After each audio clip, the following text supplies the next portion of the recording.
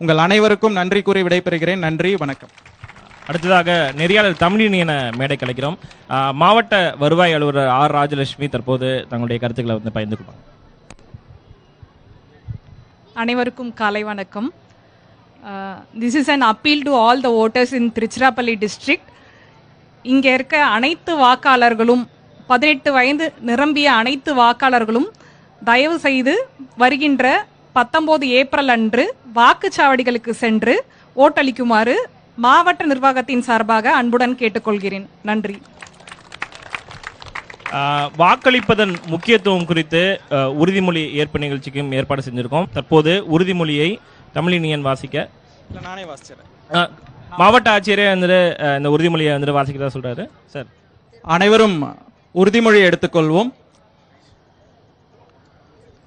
வாக்காளர் உறுதிமொழி. மக்களாட்சியின் மீது பற்றுடைய இந்திய குடிமக்களாகிய நாம் நம்முடைய நலன்